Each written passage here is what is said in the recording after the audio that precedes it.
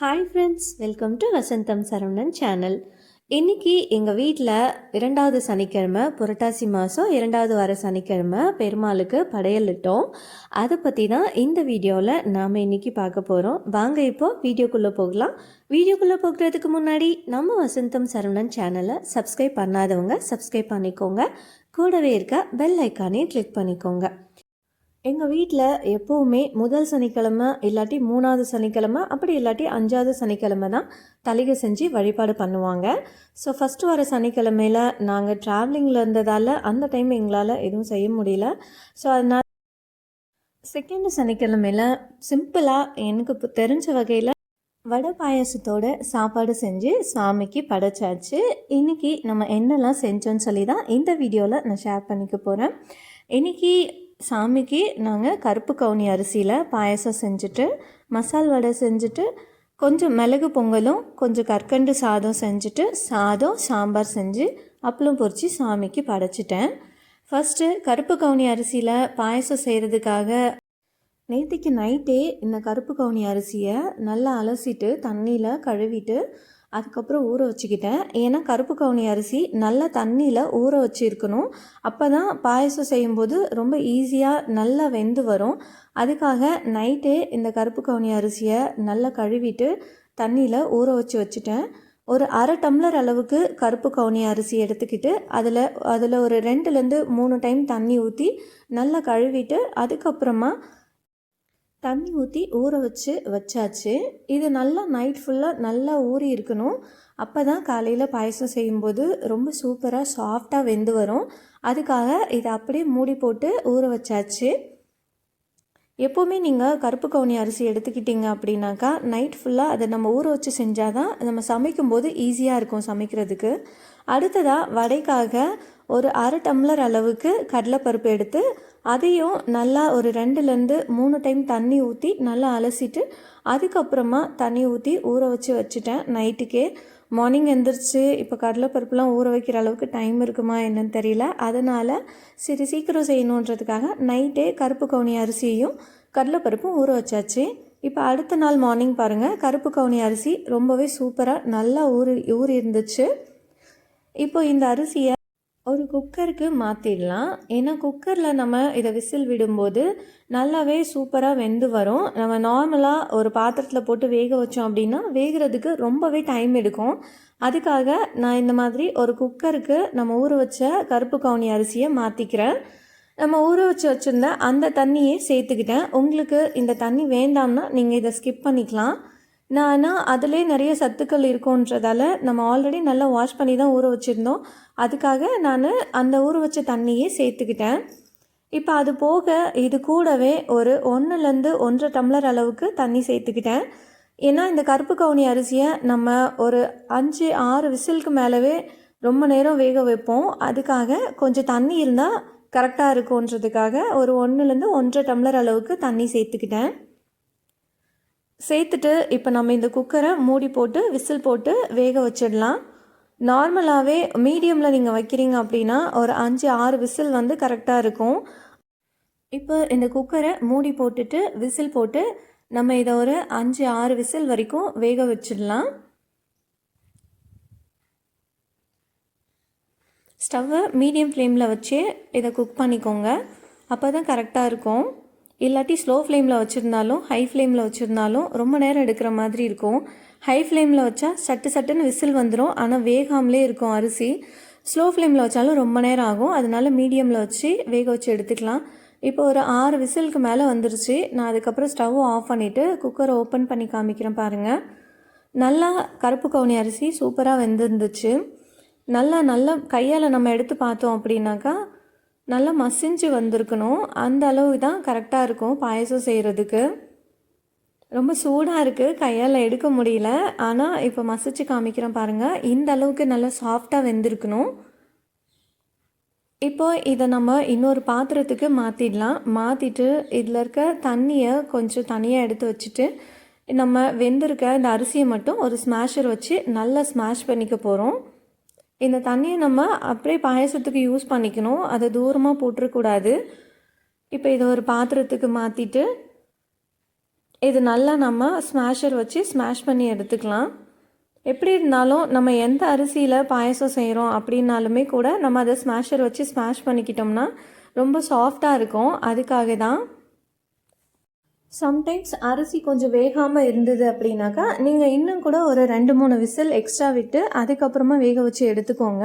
சில பிராண்ட் அரிசி பார்த்திங்கன்னா அப்படி தான் அந்த விசில் கணக்கு பார்த்திங்கன்னா கூட குறையாக இருக்குது. அதை நீங்கள் ஒரு வாட்டி நல்லா தெரிஞ்சு வச்சுக்கிட்டிங்கன்னா அடுத்த டைம் செய்யும்போது உங்களுக்கு நல்லா யூஸ்ஃபுல்லாக இருக்கும்.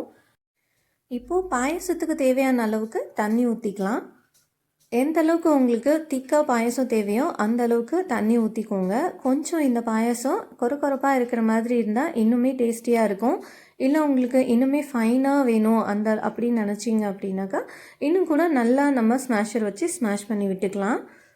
இப்போ தேவையான அளவுக்கு தண்ணி ஊற்றிட்டு இந்த மாதிரி நல்லா ஒரு கரண்டியை வச்சு மிக்ஸ் பண்ணி விட்டுக்கலாம். அடுத்ததாக ஸ்டவ் ஆன் பண்ணிவிட்டு இந்த பாத்திரத்தை ஸ்டவ்வில் வச்சுக்கலாம். மீடியம் ஃப்ளேமில் வச்சுப்போம். இப்போ இந்த பாயாசம் ஓரளவுக்கு கொதிக்க ஆரம்பிச்சிருக்கு. இதில் இனிப்புக்காக இன்றைக்கி நான் வெல்லம் தான் எடுத்திருக்கேன். நம்ம 1/2 டம்ளர் அளவுக்கு கருப்பு கவுனி அரிசி எடுத்துக்கிட்டோம். அதுக்கு ஈக்குவலாக நான் 1/2 டம்ளர் அளவுக்கு வெல்லம் எடுத்திருக்கேன். உங்களுக்கு இன்னும் கூட இனிப்பு அதிகமாக தேவைப்பட்டால் நீங்கள் இன்னும் கொஞ்சம் வெல்லம் கூட சேர்த்துக்கலாம். இப்போ 1/2 டம்ளர் அளவுக்கு வெல்லத்தை நல்லா கிரேட் பண்ணி வச்சுருந்தேன். அந்த வெல்லத்தை இந்த பாயசத்து கூட சேர்த்தாச்சு. சேர்த்துட்டு இந்த மாதிரி நல்லா கலந்து விட்டுக்கலாம். நீங்கள் வெல்லத்துக்கு பதிலாக நாட்டு சக்கரை கூட சேர்த்துக்கலாம். இப்போ இதை நல்லா கொதிக்கட்டும். அதுக்குள்ளே நம்ம இந்த பாயசத்துக்கு தேவையான முந்திரி பருப்பை ஃப்ரை பண்ணி எடுத்துக்கலாம். அதுக்கு முன்னாடி ஒரு ஸ்பூன் அளவுக்கு நெய்யை இந்த பாயசத்தில் சேர்த்துக்கிறேன். நம்ம நெய் சேர்த்து அந்த பாயசம் செஞ்சோம்னா ரொம்பவே டேஸ்டியாக இருக்கும். அதுக்காக ஒரு ஸ்பூன் அளவுக்கு நெய்யை, இது வந்து வீட்டிலே காய்ச்சின நெய், அந்த நெய்யை இந்த பாயசத்தில் சேர்த்துக்கிறேன். இப்போ முந்திரி பருப்பை வறுக்கிறதுக்காக ஒரு குட்டி வானலியை நல்லா ஹீட் பண்ணி வச்சுருக்கேன். அதில் ஒரு 2-3 ஸ்பூன் அளவுக்கு நெய் சேர்த்துக்கிறேன். இந்த நெய்யை இந்த பாயசத்துக்கும் அடுத்து நம்ம பொங்கல் செய்வோம், வெண்பொங்கல் செய்வோம், கற்கண்டு பொங்கல் எல்லாத்துக்கும் அப்படின்ற மாதிரி நான் இதில் நெய் சேர்த்துட்டு அதில் எல்லா பொங்கலுக்கு பாயசத்துக்கு எல்லாத்துக்குமே சேர்த்து முந்திரி பருப்பை வறுத்து எடுத்துக்கிட்டேன். இப்போ இந்த நெய் நல்லா காஞ்ச பிறகு நம்ம எடுத்து வச்சுருக்க முந்திரி பருப்பை இதில் சேர்த்துடலாம். இப்போ இந்த முந்திரி ஓரளவுக்கு பொன்னிறமாக ஆகிற வரைக்கும் இதை நல்லா ஃப்ரை பண்ணி எடுத்துக்கலாம். நம்ம இன்றைக்கி படைக்கிறதுக்காக செய்கிறதால நான் மேக்ஸிமம் கொஞ்சம் சீக்கிரமாகவே எல்லா வேலையும் முடிச்சிருவோன்னு சொல்லிட்டு கடகடன்னு செஞ்சிட்ருந்தேன். அதனால தான் பொங்கலுக்கு பாயசத்துக்கு எல்லாத்துக்குமா சேர்த்து ஒரே டைமில் இந்த முந்திரி பருப்பை வறுத்து எடுத்து வச்சுக்கிட்டேன். இப்போ பாருங்கள், கோல்டன் ப்ரௌன் கலர் ஆகிடுச்சு. இந்த அளவுக்கு இருந்தால் கரெக்டாக இருக்கும். இப்போ நம்ம அந்த பாயசத்துக்கு தேவையான அளவுக்கு முந்திரி பருப்பு சேர்த்துக்கிறேன். அடுத்ததாக கொஞ்சமாக தேங்காயை நல்லா துருவி வச்சுருக்கேன். சின்ன சீவலில் போட்டு தேங்காயை நல்லா துருவி வச்சுருக்கேன். அந்த தேங்காயை இந்த பாயசத்தில் சேர்த்துக்கலாம். குட்டி குட்டியாக தேங்காய் இருந்தாலுமே பாயசம் சாப்பிடும்போது ரொம்பவே டேஸ்டியாக இருக்கும். இந்த தேங்காவே நல்லா இதோட டேஸ்ட்டை நல்லா என்ஹான்ஸ் பண்ணி கொடுக்கும். அதுக்காக தேங்காவை சேர்த்துக்கிறேன். தேங்காய் சேர்த்தாச்சு, அவ்வளோதான், பாயசம் ரெடி ஆகிடுச்சு. இப்போ அடுத்ததாக சாதம் வடிக்கிறதுக்காக ஒரு 1/2 டம்ளர் அளவுக்கு பச்சரிசியை ஊற வச்சுக்கிறேன். இதை நம்ம நல்லா ஒரு 2-3 டைம் நல்லா கழுவிட்டு அதுக்கப்புறம் இதை ஊற வச்சு எடுத்துக்கலாம்.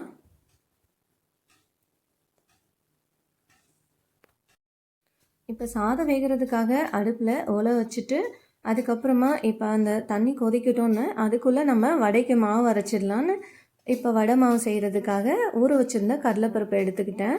இப்போ அந்த கடலைப்பருப்பை ஒரு மிக்ஸி ஜாருக்கு மாற்றிடலாம். அதில் இருக்க தண்ணி எல்லாத்தையும் நல்லா வடிகட்டிட்டு அதுக்கப்புறமா அதை மிக்ஸி ஜாருக்கு மாற்றிக்கலாம். இப்போது இந்த கடலைப்பருப்பு கூடவே 1 ஸ்பூன் அளவுக்கு ஜீரகம் சேர்த்துக்கிறேன். 1 ஸ்பூன் அளவுக்கு ஜீரகம் சேர்த்துட்டு அடுத்ததாக அது கூடவே 1 ஸ்பூன் அளவுக்கு சோம்பு சேர்த்துக்கிறேன்.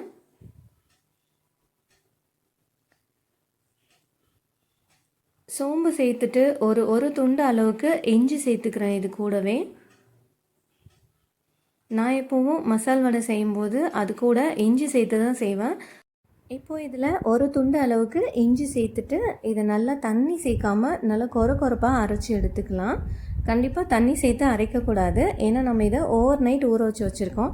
அதனால் தண்ணி சேர்க்காமல் அப்படியே கொரப்பாக நல்லா அரைச்சி எடுத்துக்கலாம். அப்போ தான் வடை எண்ணெய் இருக்காமல் நல்லா கிறிஸ்பியாக இருக்கும். பாருங்கள், இப்போது எந்த அளவுக்கு கொரப்பாக அரைச்சி எடுத்துக்கிட்டாச்சு. ஒரு ஸ்பூன் அளவுக்கு கூட நான் இதில் தண்ணி சேர்க்கவே இல்லை. தண்ணி சேர்க்காமல் அப்படியே ஒரு ஸ்பூன் வச்சு நல்லா மிக்ஸ் பண்ணி விட்டு ஒரு 2-3 டைமு மிக்சியில் போட்டு அடித்து எடுத்துக்கிட்டேன். இப்போ இதை நம்ம ஒரு பவுலுக்கு மாற்றிடலாம். தனியாக பார்க்கும்போதே தெரியும் எந்த அளவுக்கு கொரப்பாக அரைச்சி எடுத்திருக்கேன் அப்படின்னு சொல்லிட்டு. இந்த மாதிரி நம்ம மசால் வடைக்கு எடுத்துக்கிட்டோமா, மசால் வடை ரொம்ப நேரம் கிறிஸ்பியாக இருக்கும். அதுக்காக தண்ணி சேர்க்காமல் இந்த மாதிரி அழகாக கொரப்பாக அரைச்சி எடுத்துக்கிட்டாச்சு. இது அப்படியே இருக்கட்டும். அதுக்குள்ளே நம்ம சாதத்துக்கு வச்ச ஒலை கொதிச்சுட்டு இருந்துச்சு. சரி, அதில் அரிசியை போட்டுட்டு அதுக்கப்புறம் வந்து வடை செய்யலாம் அப்படின்னு சொல்லி வந்துட்டேன். இப்போ இது நம்ம ஒலை கொதிச்சிட்ருக்கு. இதில் நம்ம சாதத்துக்காக அரிசியை சேர்த்துக்கலாம்.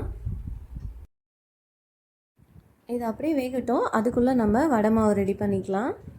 இப்போ இந்த வடை மாவில் இதுக்கு தேவையான அளவுக்கு வெங்காயம் கட் பண்ணி குட்டி குட்டியாக வெங்காயம் கட் பண்ணி இதில் சேர்த்துக்கலாம்.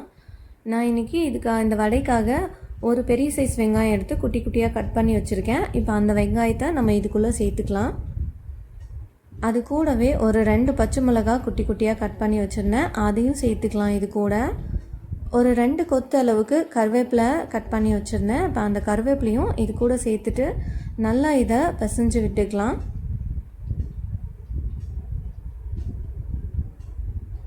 நல்லா இதை மிக்ஸ் பண்ணி விட்டுட்டு இப்போ இந்த வடைக்கு தேவையான அளவுக்கு உப்பு சேர்த்துக்கலாம். நாமளும் நம்ம வடை மாவில் ஆனியன் சேர்த்து பிசையும் போதே அது ஓரளவுக்கு அந்த ஆனியனில் இருக்க தண்ணி மாவில் இறங்கி மாவு இலகி போக ஆரம்பிக்கும். ஆனியன் சேர்த்துட்டு உப்பு சேர்த்துட்டு கொஞ்ச நேரம் விட்டாலும் அது தண்ணி விட்டு அந்த வடை மாவு பார்த்திங்கன்னா இலகி போயிடும். அப்புறம் ரொம்ப எண்ணெய் குடிக்க ஆரம்பிச்சிடும். ஸோ அதனால் நம்ம சீக்கிரமாகவே கடகடன்னு ஆனியன் சேர்த்துட்டு உப்பு சேர்த்துட்டு சீக்கிரமாக வடை செய்ய ஆரம்பிச்சிடணும். இப்போ வடை மாவை நல்லா பிசைஞ்சு எடுத்துக்கிட்டாச்சு. ஒரு பைண்டிங்காக கையை வச்சே நல்லா பிசைஞ்சு எடுத்துக்கிறேன். இப்போ அடுத்ததாக இந்த வடை செய்கிறதுக்காக ஸ்டவ் ஆன் பண்ணிவிட்டு ஒரு வாணலியை வச்சுருக்கேன். அந்த வாணலியில் நம்ம இந்த வடை செய்கிறதுக்காக தேவையான அளவுக்கு எண்ணெய் ஊற்றிக்கலாம். நான் இன்றைக்கி இந்த வடை செய்கிறதுக்காக கடலை எண்ணெய் தான் எடுத்திருக்கேன். இப்போ இந்த எண்ணெய் நல்லா காயட்டும். காஞ்ச பிறகு அதுக்கப்புறமா நம்ம வடை இதுக்குள்ளே சேர்க்க ஆரம்பிச்சிடலாம். எண்ணெய் காஞ்சிடுச்சா என்னன்னு செக் பண்ணுறதுக்காக இந்த மாதிரி ஒரு துளியோண்டு மாவு எடுத்து அதில் போட்டு செக் பண்ணி பார்த்துக்கிறேன். எண்ணெய் நல்லா காஞ்சிடுச்சு. இப்போ ஒரு வடையாக இதில் நம்ம போட்டு எடுத்துக்கலாம். நான் ஆல்ரெடி சில வீடியோஸில் சொல்லியிருப்பேன், வடை செய்கிறதா இருந்தாலும் எந்த வடை செய்கிறதா இருந்தாலும் கையிலே தான் தட்டி அதை அந்த எண்ணெயில் போட்டு பொரித்து எடுத்துப்பேன். இது எங்கள் அம்மா கிட்டேருந்து வந்த பழக்கம் எனக்கு. ஸோ கையில் தண்ணியை தடவிட்டு இந்த மாதிரி ஒவ்வொரு வடையாக தட்டி எடுத்து எண்ணெயில் போட்டு எடுத்துக்கிறேன்.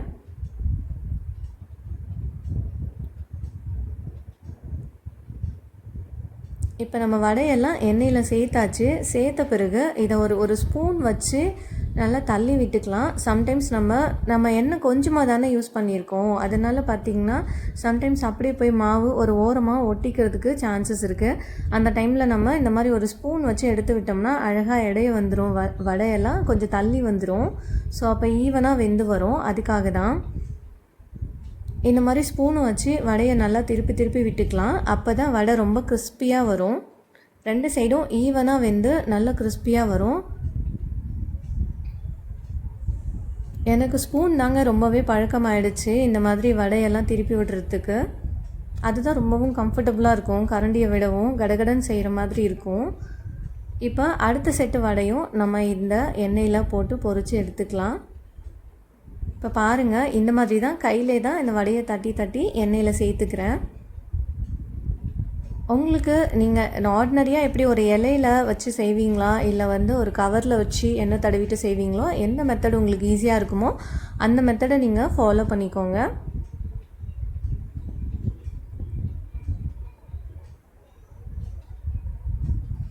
இப்போ சேம் அதே மாதிரி ஒரு ஸ்பூன் வச்சு இந்த வடையை 2 சைடும் நல்லா திருப்பி விட்டு ஃப்ரை பண்ணி எடுத்துக்கலாம்.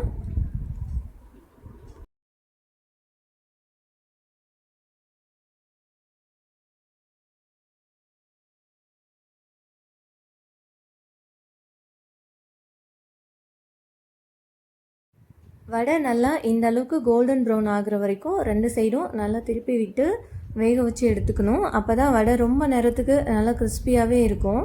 கண்டிப்பாக நீங்கள் இந்த மெத்தடை ஃபாலோ பண்ணி செஞ்சு பாருங்கள். அதாவது தண்ணி சேர்க்காமல் அரைச்சி எடுக்கிறது, நான் அதை தான் சொல்லிகிட்ருக்கேன். ஸோ தண்ணி சேர்க்காமல் அரைச்சி எடுத்து இந்த மாதிரி வடை நம்ம எண்ணெயில் போட்ட பிறகு ஸ்பூன் வச்சு அதை ஏதாவது ஒரு கரண்டியை வச்சு அடிக்கடி நல்லா திருப்பி விட்டு 2 சைடும் ஈவனாக வேக வச்சு எடுத்தோம்னா வடை ரொம்பவே நல்லா கிறிஸ்பியாக இருக்கும். ரொம்ப நேரத்துக்கு அந்த கிறிஸ்பினஸ் போகாமலே இருக்கும். பாருங்கள் எவ்வளோ சூப்பராக இந்த மசால் வடை ரெடி பண்ணியாச்சு.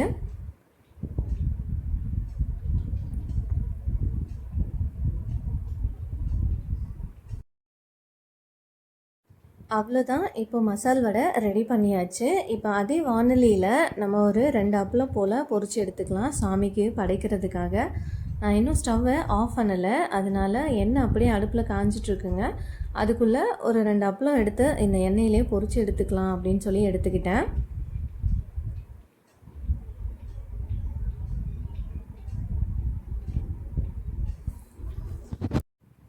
இப்படி இடிக்கி மாதிரியே ஒரு கரண்டி இருக்கும், அதை வந்து யூஸ் பண்ணி நம்ம அப்பளம் எடுத்துக்கிட்டோம்னா எண்ணெயை ஃபுல்லாக நல்லா ட்ரைன் பண்ணிவிட்டு அதுக்கப்புறம் ஈஸியாக எடுத்துக்கலாம்.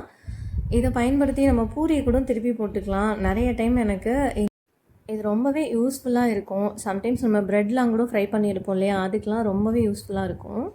இப்போ அடுத்ததாக சாம்பார் செய்கிறதுக்காக ஒரு குக்கர் எடுத்து வச்சுருக்கேன். அதில் ஒரு குட்டி டம்ளர் அளவுக்கு இந்த பருப்பு சேர்த்துக்கிறேன். இப்போ பருப்பு சேர்த்துட்டு இதில் ஒரு 2லேருந்து 3 டைம் இதை நல்லா வாஷ் பண்ணி எடுத்துக்கலாம். சீக்கிரமாகவே சாம்பார் செய்யணும் அப்படின்றதுக்காக நான் குக்கரில் தான் இன்றைக்கி சாம்பார் செய்ய போகிறேன். இதுவுமே ஆல்ரெடி ஒரு வீடியோவில் அப்லோட் பண்ணியிருந்தேன். நம்ம சைவ விருந்து வீடியோவில் சீக்கிரமாக ஒரு 5 மினிட்ஸில் சாம்பார் எப்படி செய்கிறதுன்னு போட்டிருப்பேன். இப்போ அதே மெத்தடை ஃபாலோ பண்ணி தான் இன்றைக்கும் இந்த சாம்பார் செய்ய போகிறேன். இப்போ இந்த பருப்பெல்லாம் நல்லா வாஷ் பண்ணி எடுத்தாச்சு. இப்போ இது கூடவே கொஞ்சமாக ஒரு வெங்காயம் வந்து கட் பண்ணி வச்சுருக்கேன் நீல வாக்கில். அந்த வெங்காயத்தை இது கூட சேர்த்துடலாம். அடுத்ததாக ஒரு தக்காளி, பெரிய சைஸ் தக்காளி கட் பண்ணி வச்சுருக்கேன், குட்டி குட்டியாக கட் பண்ணி வச்சுருக்கேன். அந்த தக்காளியும் நம்ம இது கூட சேர்த்துடலாம். அடுத்ததாக ஒரு கேரட் வந்து இது கூட நான் சேர்த்துக்கிறேன். நார்மலாக நான் எந்த குழம்பு வச்சாலும் அதில் மேக்ஸிமம் கொஞ்சம் கேரட்டு சேர்த்துக்கிறது, ஏன்னா என்னோடய பையனுக்கு கொடுக்கலாம் அப்படின்றதுக்காக. அதனால் இது கூட கேரட் சேர்த்துக்கிறேன். அடுத்ததாக இன்றைக்கி சாம்பாருக்காக நான் இன்றைக்கி கத்திரிக்காய் தான் எடுத்திருக்கேன். அதை குட்டி குட்டியாக கட் பண்ணி தண்ணியில் போட்டு வச்சுருந்தேன். இப்போ அந்த கத்திரிக்காயை நம்ம இது கூட சேர்த்திக்கலாம். நீங்கள் இந்த சாம்பாருக்காக நீங்கள் வேறு எந்த காய்கறி வேணாலும் யூஸ் பண்ணிக்கலாம். சேம் மெத்தட் யூஸ் பண்ணி நம்ம அந்த சாம்பாரை செஞ்சுக்கலாம். இப்போ கத்திரிக்காயெல்லாம் சேர்த்தாச்சு. இப்போ இந்த சாம்பார் வேகிற அளவுக்கு, இந்த காயெல்லாம் மூழ்கிற அளவுக்கு நம்ம தண்ணி சேர்த்துக்கலாம். இதில்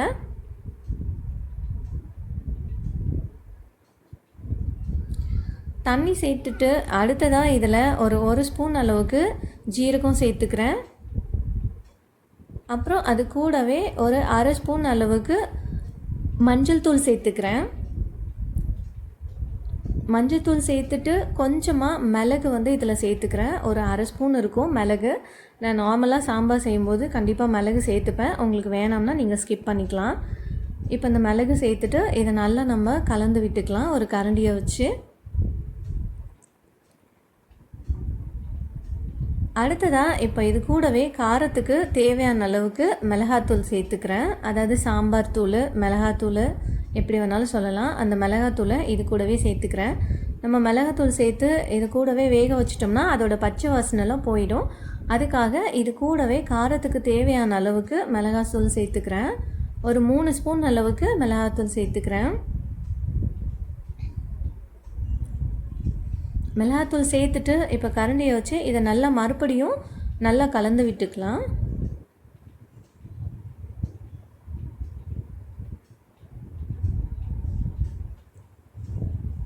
இப்போ இது நல்லா கலந்து விட்டாச்சு. அடுத்ததாக இது கூட கொஞ்சமாக பெருங்காயத்தூள் சேர்த்துக்க போகிறேன். பெருங்காயம் இன்றைக்கி நான் எடுத்துக்கல, கட்டி பெருங்காயம் தான் எடுத்துக்கிறேன். அதுலேருந்து ஒரு சின்ன சின்ன பீசஸாக ஒரு 2 பீசஸ் ஆஃப் பெருங்காயம் இது கூட சேர்த்துக்கிறேன். நம்ம பெருங்காயம் சேர்த்து சாம்பார் செஞ்சோம்னா ரொம்பவே வாசமாக இருக்கும். அதனால் இன்றைக்கி நான் கட்டி பெருங்காயம் சேர்த்துக்கிறேன். இதுக்கு சேர்த்துட்டு இதை மறுபடியும் ஒரு டைம் நல்லா மிக்ஸ் பண்ணி விட்டுக்கலாம். அவ்வளோதான். இப்போ சாம்பார் நமக்கு எந்த அளவுக்கு தண்ணியாக கெட்டியாக வேணுமோ அந்த அளவுக்கு தண்ணி சேர்த்துட்டு இதை மூடி போட்டு விசில் போட்டு ஸ்டவ் ஆன் பண்ணி வேக வச்சிடலாம். ஒரு 4லேருந்து 5 விசில் அளவுக்கு விட்டாலே போதுமானதாக இருக்கும். நம்ம கத்திரிக்காய் தான் சேர்த்துருக்கோம், அது சீக்கிரமாகவே வெந்துடும். இப்போ ஒரு 4-5 விசில் வந்த பிறகு இப்போ பாருங்கள், ஸ்டவ் ஆஃப் பண்ணிவிட்டு அதோட ஏரெல்லாம் ரிலீஸ் ஆன பிறகு குக்கர் ஓப்பன் பண்ணி காமிக்கிறேன் பாருங்கள். காயெல்லாம் ரொம்ப சூப்பராக வெந்து வந்திருக்கு. தோரம் பருப்புமே நல்லா ஃபைனாக வெந்து வந்திருக்கு பாருங்கள். நல்லா மிக்ஸ் பண்ணி விட்டு காமிக்கிறேன் பாருங்கள், சூப்பராக வெந்து வந்திருக்கு. இந்த மாதிரி மெத்தடில் நம்ம சாம்பார் செஞ்சோம்னா சீக்கிரமாகவே ஒரு 5 மினிட்ஸ் மேக்ஸிமம் 5 to ஒரு 7 மினிட்ஸில் சாம்பார் சீக்கிரமாக ரெடி ஆகிடும். இப்போ இதை ஒரு பாத்திரத்துக்கு தனியாக மாற்றிக்கிறேன். ஏன்னா எனக்கு இந்த குக்கர் தேவை, அதனால் நம்ம இன்னொரு பாத்திரத்துக்கு மாற்றிட்டு அந்த குக்கரை வாஷ் பண்ணி எடுத்துக்கலாம். இப்போது நம்ம சாம்பாருக்கு தேவையான அளவுக்கு தண்ணியை இது கூட சேர்த்துக்கிறேன். சேர்த்துட்டு இதை நல்லா நம்ம கலந்து விட்டுக்கலாம். எந்த அளவுக்கு உங்களுக்கு சாம்பார் திக்காக வேணுமோ அந்தளவுக்கு நீங்கள் தண்ணி சேர்த்துக்கோங்க. இப்போ ஸ்டவ் ஆன் பண்ணிவிட்டு இதை நல்லா ஒரு கொதி வர வரைக்கும் கொதிக்க வச்சுக்கலாம். அடுத்ததாக இதில் கொஞ்சமாக புளி கரைசல் ரெடி பண்ணி வச்சுருக்கேன். அந்த புளி கரைசலை சாம்பாருக்கு தேவையான அளவுக்கு இதில் சேர்த்துக்கலாம். புளி கரைசலை சேர்த்துட்டு நல்லா கரண்டியை வச்சு இந்த மாதிரி கலந்து விட்டுக்கணும். புளி கரைசல் சேர்த்த பிறகு ஸ்டவ்வை மீடியம் ஃப்ளேமில் வச்சு ஒரு 2 நிமிஷம் கொதிக்க விட்டாலே போதுமானதாக இருக்கும். அந்த புளி கரைசலோட பச்சை வாசனைலாம் போயிட்டு இந்த சாம்பாரோட நல்லா மிக்ஸ் ஆகி கமகமான ஒரு சூப்பரான வாசம் வர ஆரம்பிக்கும். ஸோ அந்த பச்சை வாசனை போகிறதுக்காக ஒரு 2 நிமிஷம் நம்ம இதை கொதிக்க வச்சுக்கலாம் இந்த சாம்பாரை. இப்போ இந்த சாம்பார் கொதிச்சுட்டே இருக்கட்டும், அதுக்குள்ளே நம்ம இந்த சாம்பாருக்கு ஒரு தாளிப்பு ஒன்று ரெடி பண்ணிக்கலாம்.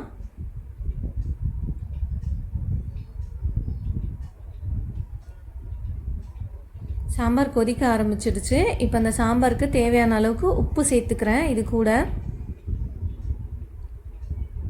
உப்பு சேர்த்துட்டு மறுபடிக்கும் கரண்டியை வச்சு நல்லா மிக்ஸ் பண்ணி விட்டுக்கலாம்.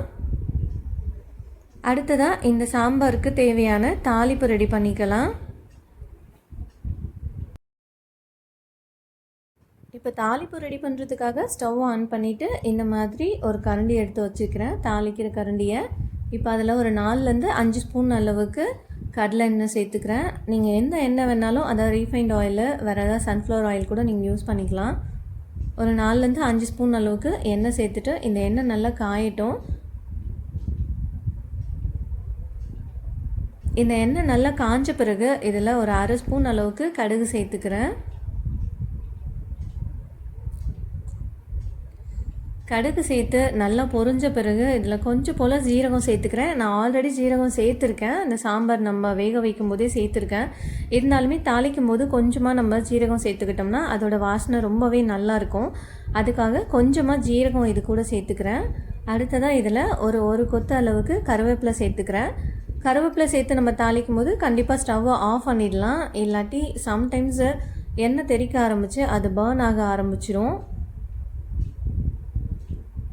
அதனால் நான் ஆல்ரெடி ஸ்டவ்வை ஆஃப் பண்ணிட்டேன். ஆஃப் பண்ண பிறகு கருவேப்பிலை சேர்த்துட்டு அதுக்கப்புறமா இந்த கொதிச்சிட்ருக்க சாம்பாரில் கொஞ்சம் கொஞ்சமாக சேர்த்துக்கிறேன். நீங்கள் இந்த தாளிப்பு சேர்க்கும்போது கொஞ்சம் கொஞ்சமாக சேர்த்துக்கோங்க, ஏன்னா மேலே தெறிக்க ஆரம்பிக்கும். ஆல்ரெடி சாம்பாரும் சூடாக இருக்கும், இந்த தாளிப்பும் சூடாக இருக்கும், அதனால் நல்லா தெறிக்க ஆரம்பிக்கும். ஸோ கொஞ்சம் கொஞ்சமாக ஸ்லோவாக சேர்த்துக்கோங்க.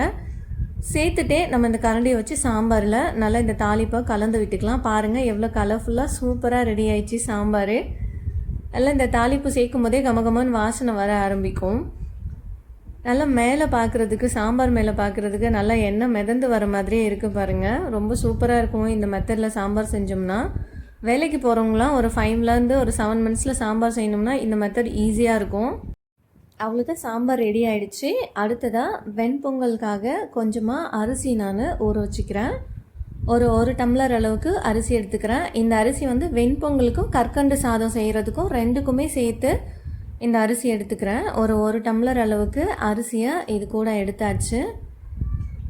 இப்போ அது கூடவே கொஞ்சமாக பாசிப்பயிறு சேர்த்துக்கிறேன். இந்த பாசிப்பயிரை ஆல்ரெடி வறுத்துட்டு ஃப்ரை பண்ணி எடுத்து வச்சுருக்க பாசிப்பயிறு, அதை ஒரு 1/4 டம்ளர் அளவுக்கு பாசிப்பயிரை இது கூட சேர்த்துக்கிறேன். இப்போ நம்ம கற்கண்டு சாதத்துக்கும் வெண்பொங்கலுக்கும் ரெண்டுக்குமே இதே தான் நம்ம யூஸ் பண்ணிக்க போகிறோம். அதனால் ஒரே குக்கர்லேயே இதை சேர்த்துட்டு வேக வச்சுக்க போகிறேன். ஸோ டைம் சேவிங்காக சீக்கிரம் சட்டுன்னு முடிக்கணுன்றதுக்காக இது என்னோடய மெத்தடு. சம்டைம்ஸ் எனக்கு டைம் இல்லை அப்படின்னா அந்த வேலையை எப்படி ஷார்ட்டாக செய்கிறது அப்படின்ற மாதிரி 2 in 1 அந்த ஒர்க்கை செஞ்சு முடிச்சிடுவேன். ஸோ டைம்குள்ளே படைக்கணும், அதனால் சரி ஓகே ஒரே டைமாக இதை செஞ்சிடலாம் அப்படின்னு சொல்லி பண்ணிட்டேன். இப்போ நம்ம இதை நல்லா ஒரு 2லேருந்து 3 டைம் இதை நல்லா வாஷ் பண்ணி எடுத்துகிட்டு இதை நல்லா அப்படியே தண்ணி ஊற்றி ஊற வச்சுக்கலாம். நான் ஆல்ரெடி இதை நல்லா ஊற வச்சுருந்தேன். இப்போ அந்த எடுத்த வீடியோ கிளிப் தான் இது.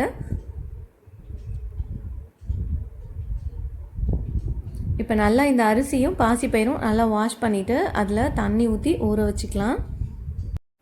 இப்போது இந்த ஊற வச்ச அரிசியையும் பாசிப்பயிரும் ஒரு குக்கருக்கு மாற்றிக்கிறேன்.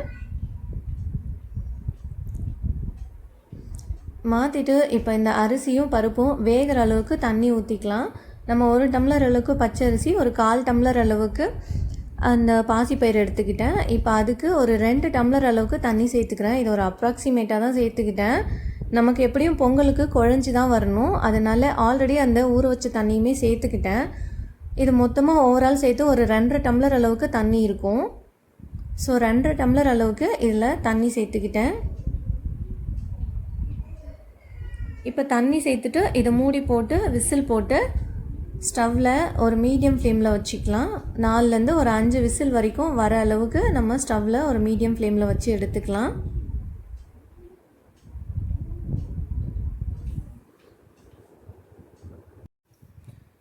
இப்போ ஒரு 4-5 விசில் வந்த பிறகு ஸ்டவ் ஆஃப் பண்ணிவிட்டு குக்கரை ஓப்பன் பண்ணி பார்க்கலாம். பாருங்கள், நல்லா அரிசி சூப்பராக வெந்து வந்திருக்கு. பாசிப்பயிரும் அரிசியும் நல்லா வெந்து வந்திருக்கு.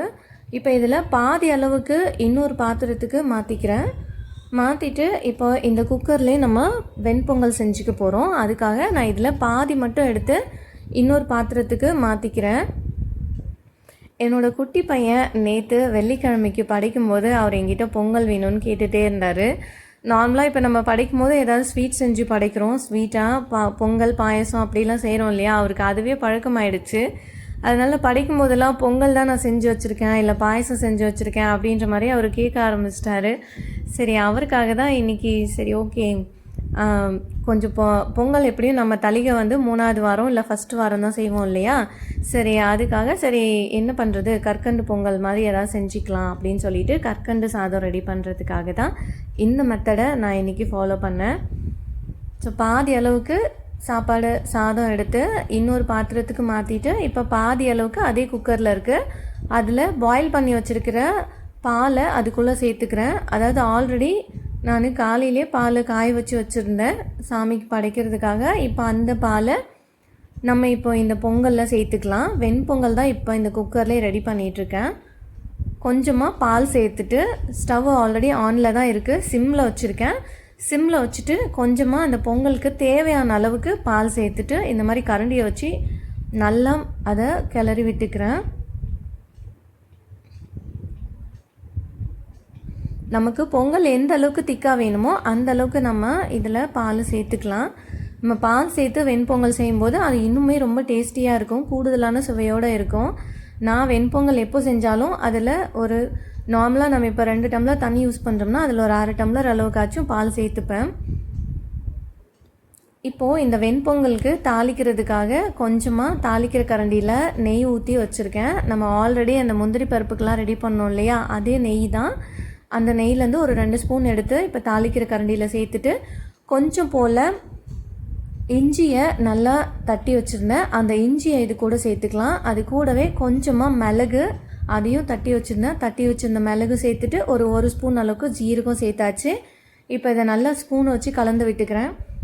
ஆல்ரெடி டைம் ஆகிடுச்சு படைக்கிறதுக்கு, அதனால் வேகமாக செய்ய ஆரம்பிச்சிட்டேன். ஸோ கிளியராக காமிக்க முடியும். இப்போ நம்ம அதை சேர்த்துருக்க இஞ்சியோட பச்சை வாசனை போகிற வரைக்கும் நல்லா அதை மிக்ஸ் பண்ணி விட்டுட்டு ஸ்டவ் ஆஃப் பண்ணிவிட்டு அதுக்கப்புறமா கருவேப்பிலையாக அது கூட சேர்த்துக்கிறேன். ஒரு கொத்து அளவுக்கு கருவேப்பிலை சேர்த்தாச்சு. இப்போ இதை நம்ம ரெடி பண்ணிகிட்ருக்க வெண்பொங்கலில் சேர்த்துக்கலாம்.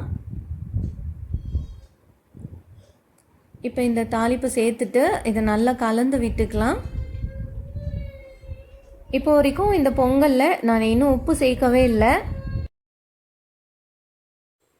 இப்போ நம்ம இந்த தாளிப்பு சேர்த்து நல்லா கலரி விட்டுட்டு அடுத்ததாக இந்த பொங்கலுக்கு தேவையான அளவுக்கு உப்பு இது கூட சேர்த்துக்கலாம். நம்ம ஆல்ரெடி ஃப்ரை பண்ணி வச்சுருந்தோம் இல்லையா முந்திரி பருப்பு, அந்த முந்திரி பருப்புலையும் இந்த பொங்கலுக்கு தேவையான அளவுக்கு முந்திரியை இது கூட சேர்த்துக்கலாம். இப்போ இதை முந்திரியை சேர்த்துட்டு இந்த பொங்கலுக்கு தேவையான அளவுக்கு உப்பு சேர்த்துக்கிறேன். இது கூடவே உப்பு சேர்த்துட்டு இதை நல்லா மிக்ஸ் பண்ணி விட்டுக்கலாம். அவ்வளோதான், நம்மளோட வெண்பொங்கல் ரெடி ஆகிடுச்சு.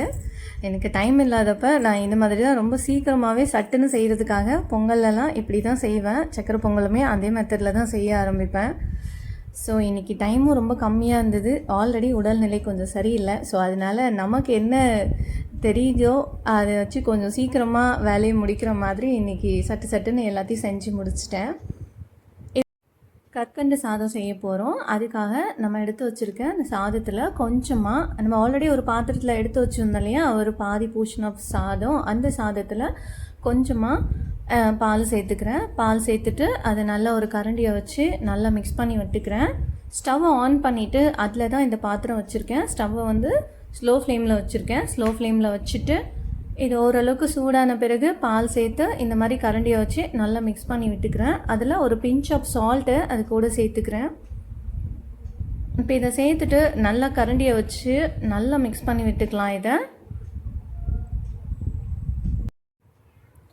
அடுத்ததாக நான் இது கூட கொஞ்சமாக கற்கண்டு எடுத்திருக்கேன். ஒரு 1/2 டம்ளர் அளவுக்கு கற்கண்டு எடுத்திருக்கேன், குட்டி குட்டியான கற்கண்டு. இப்போ அந்த கற்கண்டை இந்த சாதத்தில் சேர்த்துக்கலாம். நம்ம ஆல்ரெடி ஸ்டவ் ஆன் பண்ணி தான் இதை குக் பண்ணிகிட்ருக்கோம். அதனால் அந்த சூட்டிலே நம்ம கற்கண்டு சேர்த்துக்கும் போது அது அழகாக மெல்ட் ஆகி சூப்பராக இந்த சாப்பாட்டோட அழகாக மிக்ஸ் ஆகி வந்துடும். அதுக்காக நான் இந்த கற்கண்டை மிக்ஸி ஜாரில் போட்டு அரைக்கலை. இப்போ இதை கற்கண்டு சேர்த்துட்டு நல்லா மிக்ஸ் பண்ணி விட்டுக்கணும். ஒரு 5 மினிட்ஸ் போல் ஸ்டவ்வை ஆன்லேயே வச்சு இந்த மாதிரி மிக்ஸ் பண்ணி விட்டுக்கணும். அப்போ தான் நம்ம சேர்த்துருக்க கற்கண்டு எல்லாம் நல்லா அதில் கரைஞ்சி நல்லா பைண்டிங் ஆகி வரும். அதுக்காக கற்கண்டு சேர்த்து ஒரு 5 மினிட்ஸ் போல் ஸ்டவ்வை சிம்லேயே வச்சு அப்படியே வச்சுருக்கேன். இப்போ அடுத்ததாக இதில் ஒரு 2 ஸ்பூன் அளவுக்கு நெய் சேர்த்துக்கிறேன். நம்ம ஆல்ரெடி மெல்ட் பண்ணி வச்சுருந்த நெய் தான், அதனால் அந்த நெய்யே இது கூட ஒரு 2லேருந்து ஒரு 3 ஸ்பூன் அளவுக்கு நெய் சேர்த்து இதை நல்லா மிக்ஸ் பண்ணி விட்டுக்கலாம். அடுத்ததாக இந்த கற்கண்டு சாதத்துக்கு தேவையான அளவுக்கு முந்திரி பருப்பை இது கூட சேர்த்துக்கிறேன். இப்போ முந்திரி பருப்பு சேர்த்த பிறகு ஒரு 2 ஏலக்காயை நல்லா தட்டி எடுத்து வச்சுருக்கேன். அந்த ஏலக்காயும் இந்த கற்கண்டு சாதத்தில் சேர்த்திக்கலாம்.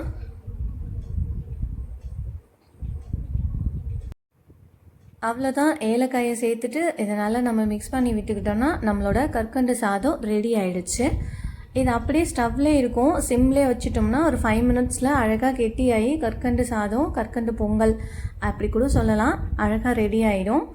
கண்டிப்பாக இந்த மெத்தடில் நீங்கள் இந்த கற்கண்டு சாதம் பொங்கல் ரெடி பண்ணி பாருங்கள். ரொம்பவே டேஸ்டியாக இருக்கும். ஏதோ எனக்கு தெரிஞ்ச மெத்தடில் சீக்கிரமாக செஞ்சு முடிக்கிற மாதிரி இன்றைக்கி நான் இந்த கற்கண்டு சாதம் செஞ்சு முடிச்சிட்டேன். ஸோ ஆல்ரெடி டைம் ஆகிடுச்சு. அதனால் கடகடன்னு இலை போட்டு சாமிக்கு சீக்கிரமாக படைச்சிடணும்னு சொல்லிவிட்டு நம்ம செஞ்சு வச்சுருந்த பிரசாதங்கள் எல்லாத்தையும் பரிமாறி பகவானுக்கு படைச்சாச்சு. எனக்கு தெரிஞ்ச மெத்தடில் இன்றைக்கி ரொம்பவே சிம்பிளாக எனக்கு என்ன தெரியுமோ அதை செஞ்சு இன்றைக்கி பகவானுக்கு, கோவிந்தருக்கு, நம்ம பெருமாளுக்கு அழகாக படைச்சாச்சு. என்னோடய மனசுக்குமே ரொம்ப நிறைவாகவே இருந்துச்சு. இன்றைக்கி 2வது வார சனிக்கிழமை மன திருப்தியோட நல்லபடியாக இந்த பூஜையை செஞ்சு முடிச்சிட்டேன். கண்டிப்பாக இந்த வீடியோ உங்களுக்கு பிடிச்சிருக்குன்னு நினைக்கிறேன். ஸோ இந்த வீடியோ உங்களுக்கு ரொம்ப பிடிச்சிருந்தா உங்களோட ஃபேமிலி அண்ட் ஃப்ரெண்ட்ஸ்க்கு ஷேர் பண்ணுங்கள், கமெண்ட் பண்ணுங்கள். தேங்க்ஸ் ஃபார் வாட்சிங்.